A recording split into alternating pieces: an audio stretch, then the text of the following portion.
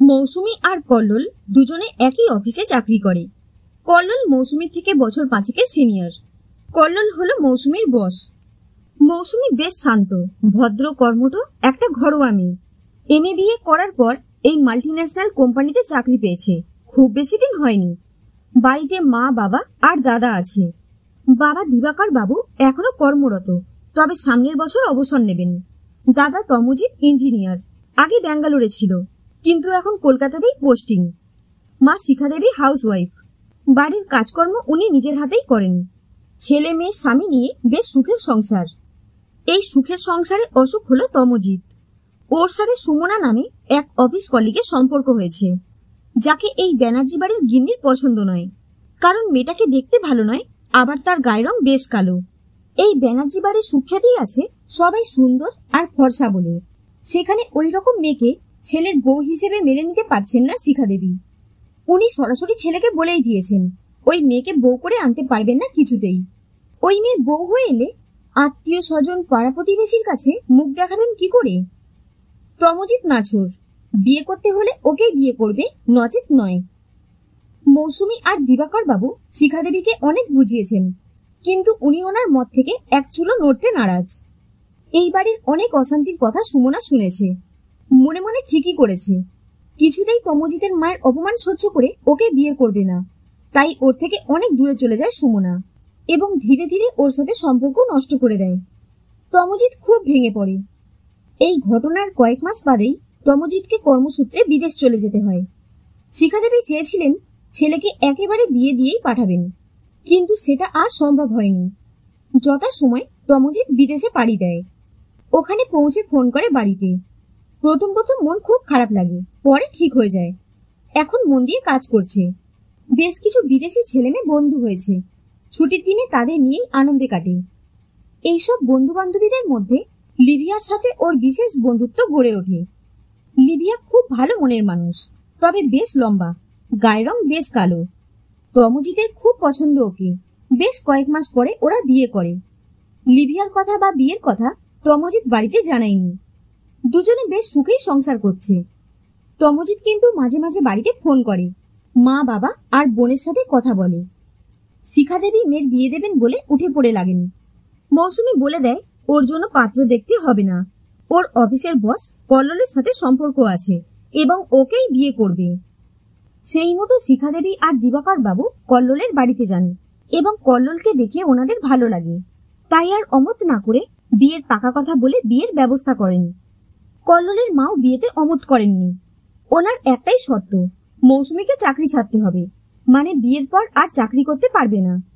শিখা দেবীরা তাতেই রাজি হয়ে যান। তমজিৎকে শিখা দেবী ফোন করে বোনের বিয়ের ব্যাপারে সব জানান আর বলেন তাড়াতাড়ি যেন চলে আসি। তমজিৎ বলে ও এখন কিছুতেই এখান থেকে যেতে পারবে না, ভীষণ কাজের চাপ, তবে বোনের বিয়ের জন্য যা টাকা লাগবে পাঠিয়ে দেবে আর এখান থেকেই ওকে আশীর্বাদ করবে। মৌসুমীর খুব মন খারাপ, একমাত্র দাদা আসতে পারবে না তাই। যথাসময় মৌসুমী আর কল্লোলের বিয়ে হয়ে যায়। কল্লোল সত্যি সুন্দর। পাড়া প্রতিবেশী, আত্মীয় স্বজন সবাই জামাইয়ের রূপের খুব প্রশংসা করে। শিখা দেবী খুব খুশি সুন্দর জামাই পেয়ে। শিখা দেবী মনে মনে ঠিক করেন এবার ছেলের বিয়ের ব্যবস্থা করতেই হবে। ছেলেকেও ফোনে বলেন সে কথা, কিন্তু তমজিৎ কথার উত্তর দেয়নি, বরং কথাটা এড়িয়েই যায়। শিখা দেবী ভেবেছেন ছেলে লজ্জা পেয়েছে, তাই বিয়ের কথা এড়িয়ে গেছে। উনি পাত্রীর সন্ধান করতে থাকেন। প্রায় মাসখানেক ঘুরতে না ঘুরতেই সুন্দর জামাইয়ের কদর্য রূপ ধরা পড়ে।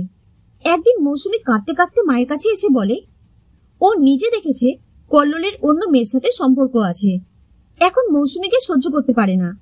মৌসুমী প্রতিবাদ করেছিল বলে ওকে মারধর করেছে। মৌসুমী একেবারের জন্য তল্পি তল্পা গুছিয়ে বাপের বাড়ি চলে আসে আর ডিভোর্স ফাইল করে। তমজিৎকে শিখা দেবী মৌসুমীর সব কথা বলেছেন। কথার মাঝে ছেলে কবে দেশে ফিরবে জানতে চান। তমজিৎ বলে খুব শীঘ্রই যাওয়ার চেষ্টা করব। বছর 4 বাদে তমজিৎ বাড়ি ফিরছে, তাই শিখা দেবী, দিবাকর বাবু আর মৌসুমীর আনন্দের সীমা পরিসীমা নেই। ছেলে যা যা খেতে ভালোবাসে সেই সব জিনিস দিবাকর বাবুকে দিয়ে আনিয়েছেন শিখা দেবী। উনি নিজের হাতে ছেলের জন্য নারকোল নাড়ু, নিমকি বানিয়েছেন। ছেলে মিষ্টি খেতে ভালোবাসে, তাই ওর পছন্দের মিষ্টি আনিয়ে রেখেছেন। মাছ মাংস সব আনিয়ে রেখেছেন আর কিছু কিছু রান্নাও করে রেখেছেন। ফ্লাইট এয়ারপোর্টে ইন করার কথা সকাল 7টায়। দিবাকর বাবু বলেছিলেন এয়ারপোর্টে যাবেন ছেলেকে আনবার জন্য, কিন্তু তমজিৎ মানা করেছে। তাই বাড়িতে বসেই অপেক্ষা করা ছাড়া উপায় নেই। 3 জনেই ঘরবার করছেন। এমন সময় ছেলে এসে উপস্থিত। দরজা খুলতেই তমজিৎকে দেখে শিখাদেবী আশ্চর্য হয়ে যান। কোলে বছর 3 বাচ্চাটাকে, আর ওদের পিছনে লম্বা কালো অবাঙালি বউটাই বাকি। প্রশ্নের উত্তর পেয়ে যান তৎক্ষণাৎ, যখন অচেনা বউটা মা বলে ওনাকে প্রণাম করে। ভাঙা ভাঙা বাংলায় বলে, কেমন আছো মা, বাবা আর বোনটি কোথায়? তমজিৎ বলে, আগে ঘরে চলো, পরে সব কথা হবে। এখানেই সব জেনে ফেলবে নাকি? শিখাদেবী বুঝতে পারেন ও কে। বাবু বলে মুখে আঁচল চাপা দিয়ে ঘরে ঢুকে যান। দিবাকর বাবুকে বাবা বলে যখন লিভিয়া প্রণাম করে, তখন দিবাকর বাবু আশীর্বাদ করে বলেন, দীর্ঘজীবী হও মা, স্বামী সন্তান নিয়ে সুখে থাকো। বাচ্চা ছেলেটি তখন তমজিতের কোল থেকে নেমে সোজা দাদুর কোলে উঠে বসে। নিজের রক্তের সম্পর্কের গন্ধ পেয়েছে যে।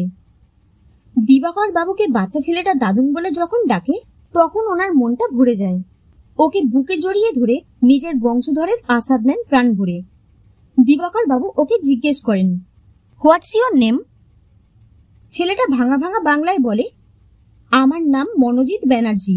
বাবা জিৎ বলে ডাকে আর মা বাবু বলে ডাকে। তুমি আমাকে জিৎ বলেই ডেকো।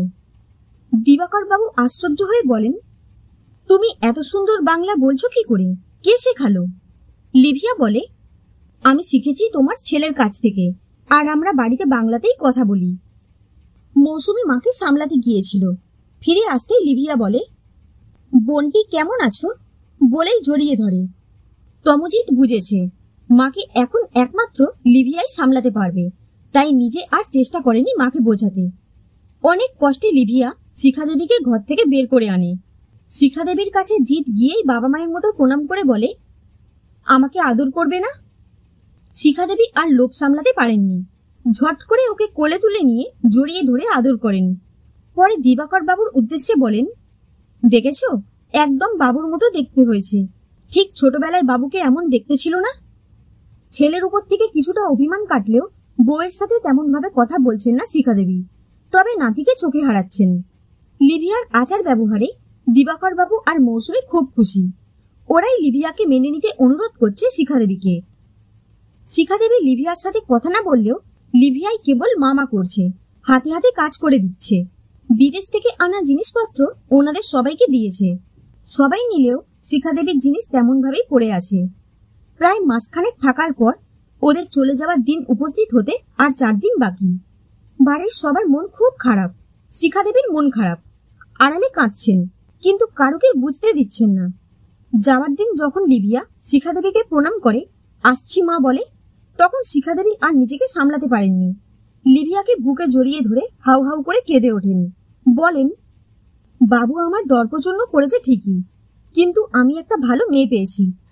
উনি ওর হাতে একটা শাড়ি আর আলতা সিঁদুর দিয়ে বলেন, পড়িস মা, আমাকে ভুল বুঝিস না, আবার আসিস। বলেই মুখে আঁচল চাপা দিয়ে কাঁদতে কাঁদতে ঘরে ঢুকে যান।